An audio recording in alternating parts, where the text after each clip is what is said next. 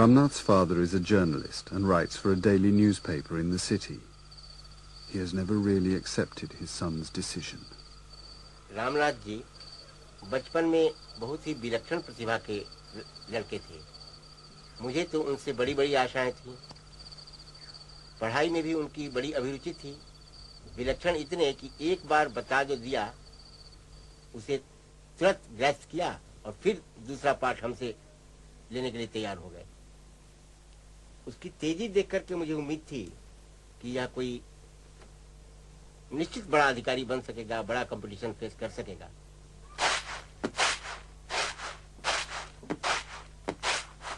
दूसरा, इसका घर से कोई भी संबंध नहीं होना चाहिए, क्योंकि अघोरी जो है वो सिर्फ शमशान से ही संबंध रखता है, मित्रों से या घर से इसका कोई संबंध नहीं रहता। तो यह अघोरी को तो उचित नहीं है ये मार्ग अपनाना।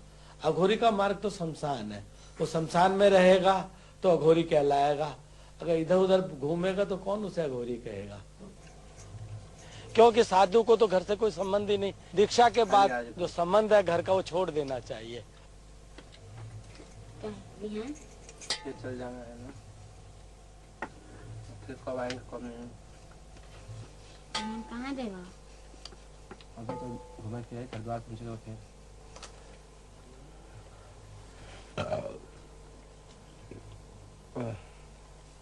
अघोर साधना से मुझे स्वयं वितृष्णा रही है। मैं उसे बहुत अच्छी नजर से नहीं देखता, इसलिए कि उसमें तंत्र साधना की बात होती है, उसमें अनिष्ट की संभावना ज्यादा और इष्ट की संभावना कम होती है। वैसे मैं जानता भी हूँ कि ईश्वर की प्राप्ति अघोरपन से शायद असंभव सा है।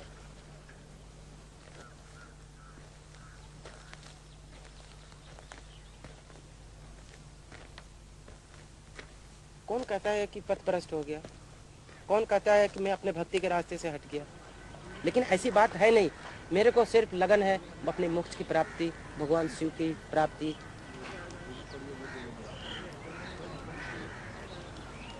कि सिद्धियों का जो प्राप्ति होती है, इसमें मैं का अहंकार आने से जो है वो पतन का रास्ता बन जाता है, जो कि इसमें रामनाथ में आया।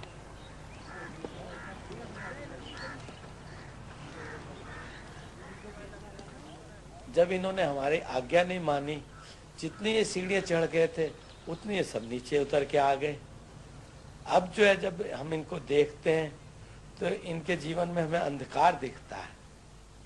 हम निराश हो जाते हैं कि भगवान इसके जीवन में अंधकार ना दे और इसको सत्य मार्ग दे। और भविष्य में बस वही मसान में रहो, भगवान भोलेनाथ का भजन करो। यही मेरा भविष्य है। इसके आगे नहीं हाजिरी भरना है, नहीं नौकरी, न चाकरी, न पैसा, नहीं किसी से लोभ, न मोह, किसी चीज से कोई मतलब नहीं है। अगर कोई एक ये समझे कि लालची है, अघोरी बाबा लालची है, तो लालच एक ही बात की है, ईश्वर को प्राप्त करना, मोक्ष को प्राप्त करना, ज्ञान को प्राप्त करना। बस यही अपना एक, अगर लोभ अगर इसको समझा जाए तो यही लोभ है और दूसरा कोई लोभ नहीं। ना चाहिए संपत्ति, ना चाहिए किसी की रोटी, गंगा जल भी पी के रह जाऊंगा, इसमें किसी का टैक्स भी नहीं लगता।